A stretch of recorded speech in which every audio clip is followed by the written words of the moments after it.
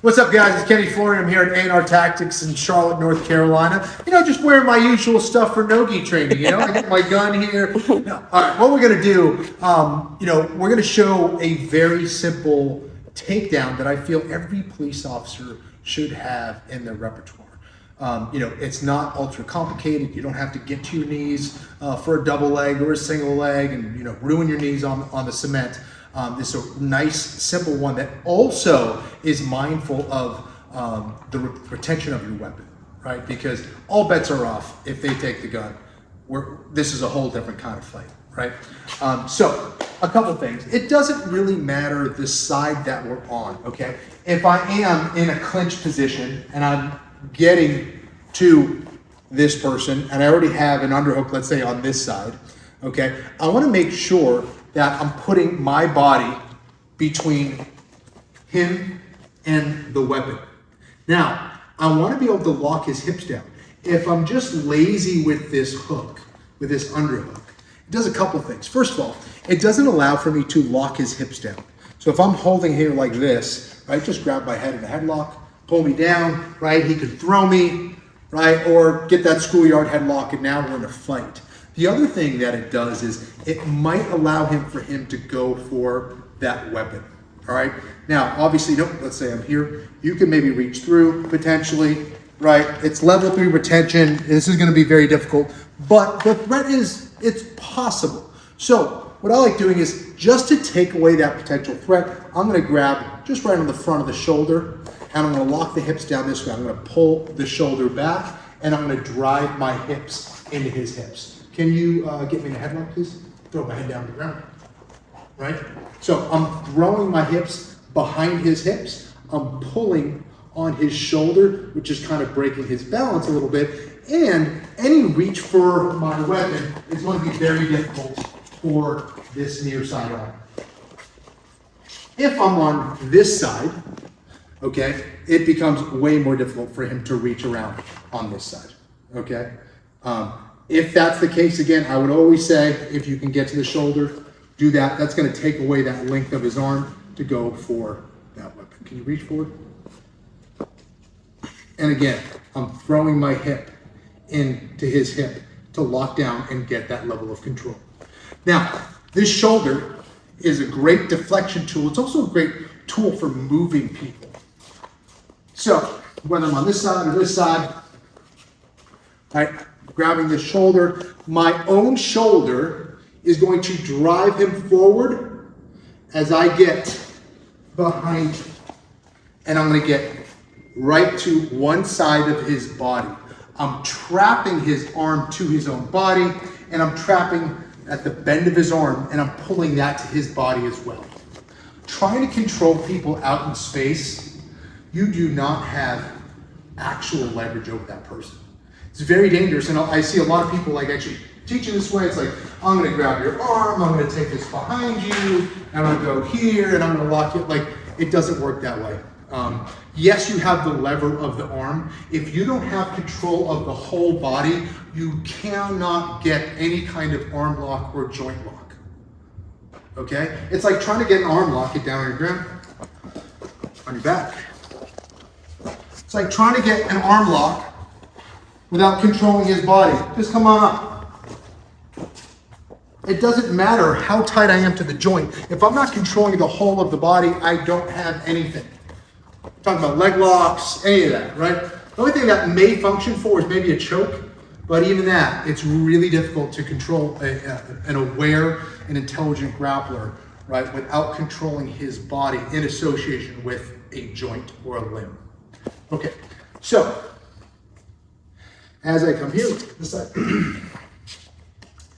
I'm grabbing the shoulder, I'm locking that hip down, I'm grabbing this arm. Even this, I'm pinning it to his body. I don't know what he has. He may be trying to go for something in his waist, he may be trying to go for something in my waist, but whatever it is, I'm pinning his arm so he doesn't have the control and the reach and the leverage to start going for things. Out here, it's an arm wrestling match. Go. Yep, he's got it. What about now, Josh? I can walk him around. I can move him to where I want him to go. I'm going to step him out here. I can look around, right? I'm underneath his hip so I can move him. Out here with my hips out lazy, I don't have that. My posture is compromised. Why is it compromised? My hip is not supporting my head anymore. So from here, he can wrench on my head, get me in a front headlock, or maybe get some kind of a throw, okay? When I'm doing something, right, I want to get all the advantage that I can for myself and remove as many as I can from him. I'm not just trying to do random stuff. It's very, very calculated. I'm taking things away from him first. Then I'm trying to get control over him. We're doing that in grappling all the time. I'm weakening his position and strengthening mine simultaneously if I can. All right, the actual takedown. So I am here, locking down his hip. I'm driving with my shoulder, going all the way onto this side with this arm pinned the whole time. I have two options essentially from here.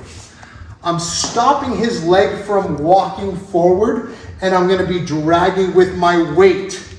I'm not trying to pull him over here. I'm sagging my weight over. So just like a little kid hanging on his mom's leg, I'm hanging until his knee hits the floor. Boom. Stay up, please. Stay up. Stay up. This way, yep. If he rolls to his back, that's easy. But what I'm doing, as you fall down, I'm going to sprawl my chest on his back. I don't want my knees to fall and hit the concrete. So when I'm here, I'm stopping his leg from moving. I'm not trying to move his legs forward. All I wanted to do, I just want to set up a wall so he trips over that fence. This is critical. I see a lot of guys try to like push his leg down. It becomes this leg wrestling match, which is completely unnecessary. I hold his leg in place and I drag him over that. He falls. I sprawl my chest on his back. My knees never touch. I'm using him as a support system. From here, he has no frame on this side with his arm, so I pull him over to this side. I get my chest behind his tricep, I drive it forward, and this is one of my options. I have both wrists pinned, again, to his body. I don't want it out here in space, otherwise it's a wrestling match. Turn the wrist, right? Now I'm in trouble. What about now? I have my chest behind his back. I'm pulling these, not crazy tight, but just pinning him to his body, right? I can look. I can always get to my weapon. I can disengage if I want to, right? I'm not committed into this grappling fight now. I've taken away his arms. I can get help from my partner, right? Whatever it is, I have his hands. Make sure he cannot get to his stuff if he has a knife, a gun, a bat, whatever.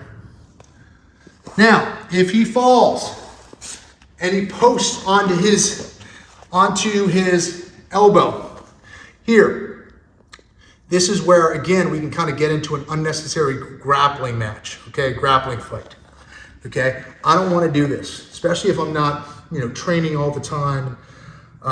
And from here, if I go to start grabbing his body, just build your base back up, start standing up. Now I'm like, oh, I'm gonna fight again. All right, so I'm here, have this arm. I'm gonna take my hand, I'm gonna put my fist in front of his wrist. I'm gonna drive his shoulder past his elbow. Once I'm here, I'm leaning on him, and all the while I'm gonna try to grab the outside of his hand, right? Where on his pinky side, I don't wanna grab the wrist. I grab the wrist against a bigger guy, extend your arm. It can be tough. Again, I'm getting into an arm wrestling match. I want an unfair advantage at all times. What about now? Can you extend your arm? He's actually kind of giving himself a little bit of a wrist lock. I have a nice lever of the hand. This is truly the end of the lever. So I'm grabbing the end of the hand here, and it becomes really difficult because now his wrist has to get involved. It's the strength of his wrist, which is not very strong. So I'm controlling this hand. I'm grabbing here, punching the wrist. I'm getting his shoulder to go past his elbow. I'm pinning his shoulder down to the floor, and now I'm gonna pull this through and up, okay? Now, I can either use this with a little bit of pain compliance for him to give me your other hand, give me your other hand, yep. He's giving me his other hand, or, let's go back, give me your other hand. I can always twist it, almost like I'm revving a motorcycle. This way, turn it, get both hands behind, get his chest to the floor. And again, I can assess the situation. I have full control. I have my weight on him. I have both of his hands behind his back, and he's pretty much cooked from here. All right, guys, some common mistakes and the things to be aware of. Okay, a couple things. All right, a lot of times I need to go, not a lot of times, but most of the time, I need to go based on what my opponent is giving me. So if I'm sagging him down and his head is forward, it's gonna be really easy for me to kind of get him forward, right? If he starts to get his head over his hips, it becomes very difficult for me to take him forward, but it becomes increasingly easier for me to take him backwards. Here. Okay, so if I'm trying to drag him forwards, he starts to get his hips underneath his head again, right? I can always use my leg now as a wall behind his knee, tip him back, hit him fall this way, and I can do the exact same techniques that we did for control over this way. Okay, whether it's going here with the wrist, this way, right? Whether he's posting on his elbow this way, punching here, right? And you know, for a lot of police officers, you guys do have a lot of restrictions as far as how you can control and what you can do to them, especially when you're talking about like spinal stuff, right? Obviously chokes is another thing that, you know, is restricted in a lot of ways. So if I am back here this way, and let's say go belly down, this kind of stuff, you know, while it's okay, you know, this may be considered something where I'm affecting his spine, right? So it's way easier, I think, for me to be here, depending on where I am in the action. So let's go down, okay? Right? I can always pin the legs here this way, right?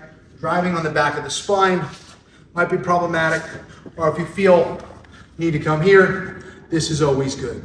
And for someone who's maybe helping out, one of the easiest things you can do if you want to help out, don't go and do the job of what another officer is trying to do. I see 2, 3 officers both trying to get their arms behind the head, behind their back, when in reality, if someone else just came in, right, and lifted both feet off the ground, they cannot go anywhere. Even for something as simple as like here, right? That's all you gotta do. You know, instead of like 3 people trying to get an arm to tie it here behind, like it's not going to happen, right? We have to understand how the human body works, how to be efficient with it. When you're efficient, you can make it repeatable. You can do it over and over and over again without like high levels of energy. That's what we're trying to chase here. We want a simple solution when we're trying to do these things. Things that aren't gonna be taxing on my body, right? So, you know, just some things to think about. And, you know, go back and watch this a few times if you need to, but I think it's a nice, simple solution for a lot of guys who may try to struggle to get someone down to the ground. This is where I see kind of a lot of mistakes made. And if you guys have any other suggestions for other takedowns or any suggestions about, you know, this particular technique, put them in the comments. Thank you, guys.